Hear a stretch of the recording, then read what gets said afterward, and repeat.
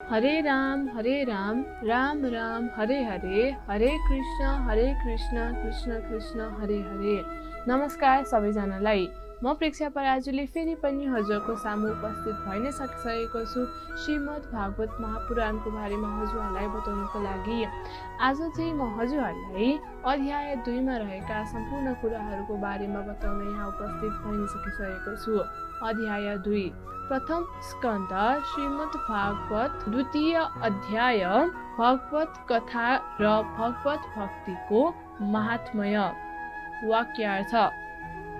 ब्रह्मवादी सौनक आदि ऋषिहरूको प्रश्न सुनेर सोम ऋषिका पुत्र उग्रश्वासुतलाई ठूलो आनन्द भयो।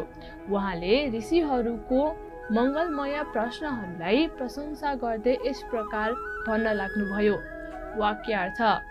जुन समयमा शुक्रदेवजीको व्रतबन्ध संस्कार भएको थिएन, लौकिक र वैदिक कर्महरूको अनुष्ठानको अवसर पनि प्राप्त भएको थिएन, त्यस समयमा उनलाई घरमा सदाका लागि सन्यास लिएर जान लागेको देखेर उनका बाबु व्यासजी विरहले व्याकुल भएर उच्च स्वरले ए बाबु तिमी मलाई छोडेर अन्यत्र नजाऊ भनी कराउन थाले।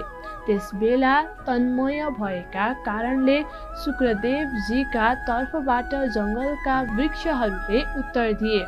यस्ता सम्पूर्ण प्राणीहरूका हृदयरूप मुनि शुक्रदेवजीलाई म नमस्कार गर्दछु। विवरण। सन्यास लिने 2 किसिमका विधान छन्। मनुष्यलाई जुन दिन उत्कृष्ट वैराग्य आउँछ त्यस दिन सन्यास लिनु, यस्तो एउटा विधान छ भने अर्को विधान छ आश्रमात् आश्रमान्तर गच्छेत, अर्थात् एउटा आश्रम पार गरेर अर्को आश्रममा प्रवेश गरोस्।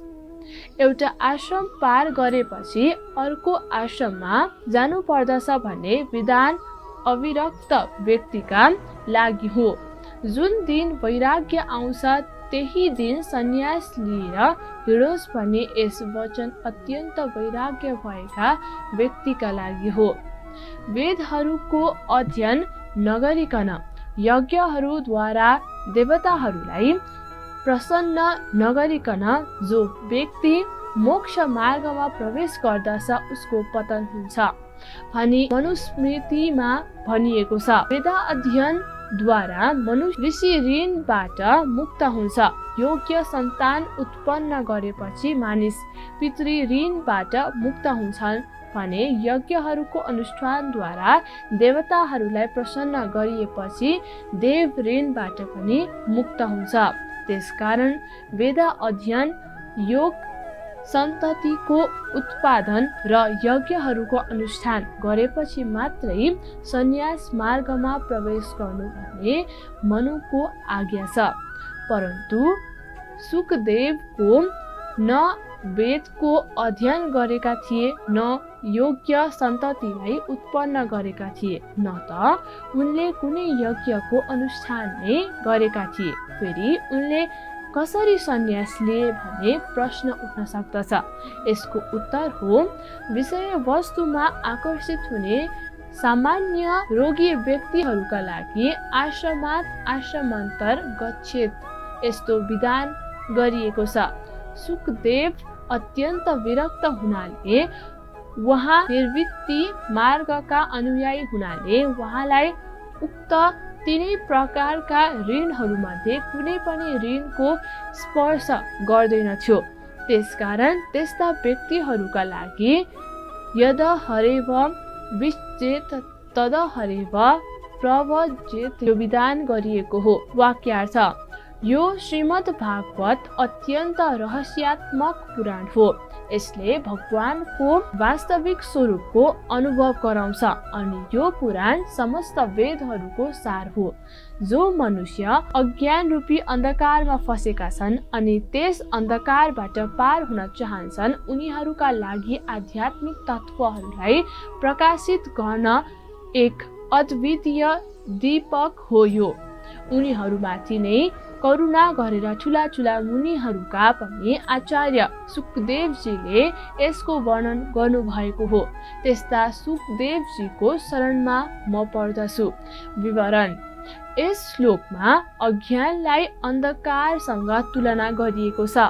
जसरी अन्धकारको कारणले भएको वस्तु पनि देखिँदैन, त्यसै गरी अज्ञानको कारणले गर्दा भएका आत्मा नभएको जस्तो भान भइरहेको छ। संसार रूपी गाढा अन्धकारबाट पार हुन चाहने मनुष्यहरूका लागि यो श्रीमद् भागवत उत्कृष्ट माध्यम हो।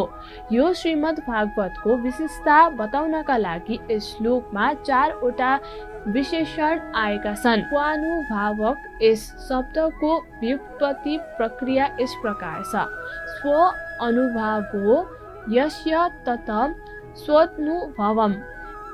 यहाँ प्रयुक्त स्वको अर्थ असाधारण हो, अनुभवको अर्थ प्रभाव हो।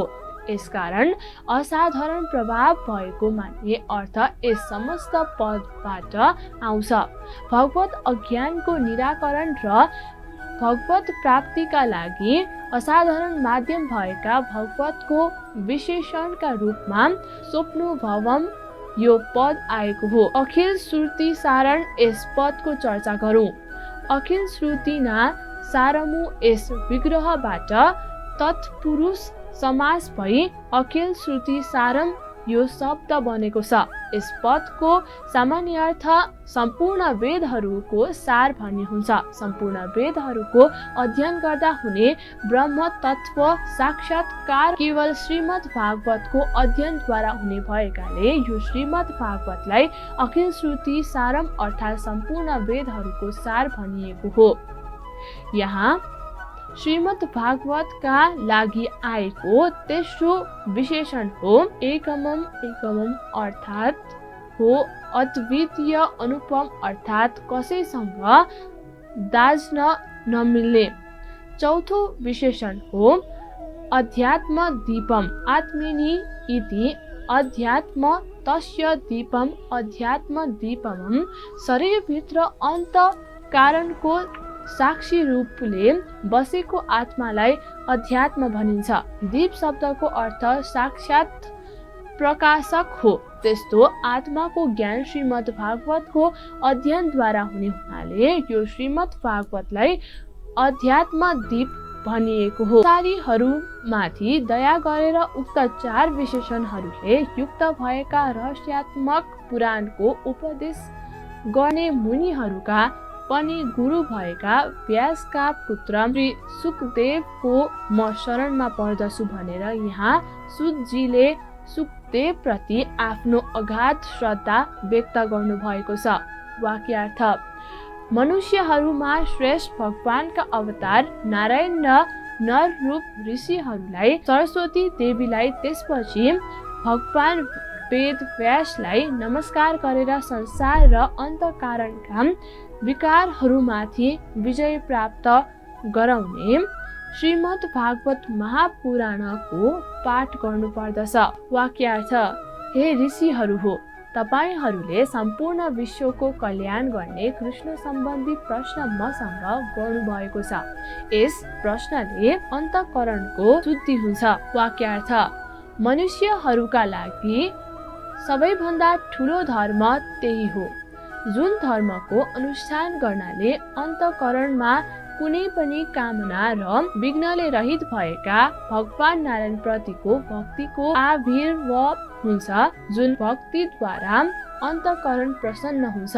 वाक्यार्थ: भगवान श्रीकृष्णमा गरिएको भक्तिले चाँडै नै निष्काम ज्ञान र वैराग्यलाई उत्पन्न गर्दछ। वाक्यार्थ: राम्रोसँग अनुष्ठान गरेका धर्मले भगवान नारायणको कथामा प्रेम उत्पन्न गर्दैन भने त्यो केवल परिश्रम मात्र हुन्छ। वाक्यार्थ: मोक्षरूप फललाई उत्पन्न गर्ने धर्मको प्रयोजन धनलाई प्राप्त गर्नु होइन। धर्मानुष्ठान मात्र फल भएको धर्मको प्रयोजन विषयको उपभोग गर्नु होइन। विवरण: सामान्यतम लोक प्रसिद्ध नियम के छ भने पहिले मनुष्यले धर्मको अनुष्ठान गर्दछ। धर्मको अनुष्ठानद्वारा मनुष्यलाई धन प्राप्त हुन्छ। धनद्वारा उसले विषयको उपभोग गर्दछ। विषयको उपभोगद्वारा उसलाई इन्द्रिय तृप्ति हुन्छ। श्रीमद् भागवतको प्रयोजन हो जीवलाई एउटै मात्र वस्तु कैवल्य प्राप्त गराउनु। अत यहाँ धर्म अनुष्ठानको फल धन कमाउने हो भन्ने कुराको खण्डन गर्दै सुतजी सौनक आदि ऋषिहरूलाई उपदेश गर्दै भन्नुहुन्छ, जहाँ पर्वग्रहको समाप्ति हुन्छ त्यसलाई उपवर्ग भनिन्छ। पवर्ग हुन् प फ ब भ र म।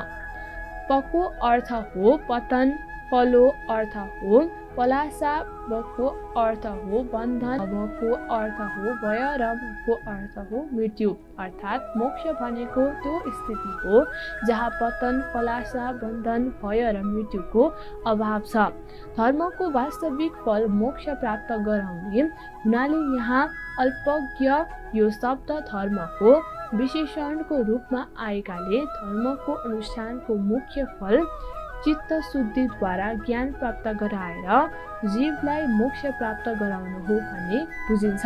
यस श्लोकमा आएको यस पदावलीको चर्चा गरौँ। यहाँ यस पदावलीको अन्वय यस प्रकार गर्नुपर्दछ। यहाँ यस वाक्यमा अर्थ हो शब्दको प्रयोग दुई पटक भएको। पहिलो शब्दको अर्थ प्रयन्त छ भने दोस्रो शब्दको अर्थ चतुर्थ्यन्त छ। प्रथमान्त अर्थ शब्दको अर्थ प्रयोजन हो भने चतुर्थ्यन्त शब्दको अर्थ हो धनका लागि हो। यस श्लोकमा आएको काम शब्दको अर्थ हो विषयको उपभोग। लभाय यो शब्दको अर्थ हो प्रयोजन। यस वाक्यले धनको प्रयोजन विषय भोगका लागि हो भने सामान्य मान्यताको खण्डन गर्दै धन धर्म लागि हो, विषय भोगका लागि होइन भन्ने कुरा बताइएको छ। त्यसै गरी विषय भोगको प्रयोजन इन्द्रियलाई तृप्त गराउन होइन, अपितु जीवन निर्वाह मात्र गर्नु हो। बाँच्नुको प्रयोजन वेदमा बताइएका सकाम कर्मको अनुष्ठानद्वारा स्वर्ग प्राप्त गर्नु होइन, अपितु तत्व जिज्ञासा गर्नु होइन। वाक्यार्थ विषय भोगको प्रयोजन इन्द्रिय तृप्ति होइन, अपितु जीवन निर्वाह मात्र हो।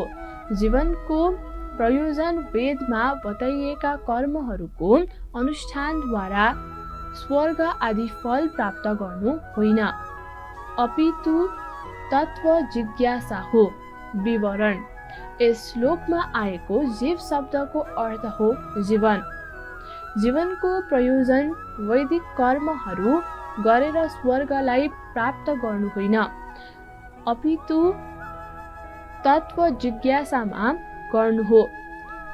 तत्व जिज्ञासा नै मनुष्य जीवनको लक्ष्य हुनुपर्छ भन्ने सन्दर्भमा योग वरिष्ठमा ब्रह्म ऋषि वरिष्ठ भगवान रामलाई उपदेश गर्दै भन्नुहुन्छ, हेर्नुहोस् राम, मनुष्यले यस संसारमा आएपछि खानका लागि शस्त्र सम्पद केही न केही काम गर्नु पर्दछ।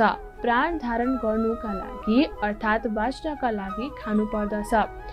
तत्व ज्ञानका लागि बाँच्नुपर्छ र संसार बन्धनबाट मोक्ष प्राप्त गर्नका लागि तत्व ज्ञान गर्नुपर्दछ।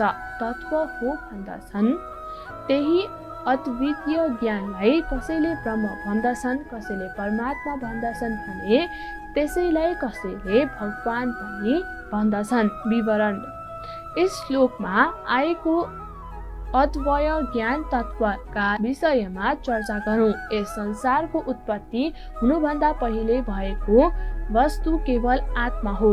त्यही आत्मा नै विज्ञान हो, त्यही नै अद्वय तत्व पनि हो र त्यो सन्त स्वरूप छ। त्यो तत्व कहिले पनि जन्मदैन, त्यसमा कुनै पनि प्रकारको तुलन क्रिया पनि छैन अनि त्यो वस्तु पनि होइन। वेदान्त सिद्धान्त अनुसार आत्मामा न गुणहरू छन् न त कुनै प्रकारका क्रिया नै छन्। त्यसै कारणले उपनिषदीय आत्मालाई निगुण निष्क्रिय सन्तम भनिएको छ। परन्तु मायाको कारणले नजन्मे आत्मा पनि जन्मने जस्तो प्रतीत हुन्छ। आत्मा द्रव्य नभएर द्रव्य प्रतीत हुन्छ। त्यही अद्वितीय तत्त्वलाई नै वेदान्तीहरू ब्रह्म भन्दछन्। हिरण्यगर्भका उपासकहरू परमात्मा भन्दछन् र भगवानका भक्तहरू भगवान भन्दछन्। वाक्यार्थ: श्रद्धालु मुनिहरू भागवत श्रवणबाट प्राप्त ज्ञान र वैराग्यले युक्त भएका भक्तिद्वारा आफ्नो शुद्ध अन्तःकरणमा त्यो ज्ञान रूप परमात्माको अनुभव गर्दछन्। वाक्यार्थ: हे सौनक आदि ऋषिहरू हो, यही कारण हो कि आफ्नै वर्ग र आश्रमको अनुसार मनुष्यहरूले गरिएका धर्मानुष्ठानको पूर्ण सफलता हो भगवानलाई प्रसन्न गराउनु। वाक्यार्थ: त्यसकारण एकाग्र मनले नित्य निरन्तर भगवानकै दिव्य लीलाहरूको श्रवण, उहाँकै गुणहरूको कीर्तन, उहाँकै दिव्य गुणहरूको चिन्तन र उहाँको दिव्य विग्रहहरूको पूजा गर्नु पर्दछ, ध्यान गर्नु पर्दछ। आज मैले हजुरहरूलाई अध्याय 2 मा रहेका केही कुराहरूको बारेमा बताएँ। फेरि पनि अर्को एपिसोडमा अध्याय 2 मा रहेका बाँकी कुराहरूको बारेमा बताउने बाचाको साथमा म प्रेक्षा पराजुली हजुरहरूको माझमा बिदा हुन चाहन्छु है त। हस्त नमस्कार सबैजनालाई। साथसाथै लाइभ फुके टेलिभिजन हेर्न नबिर्सनु होला है त।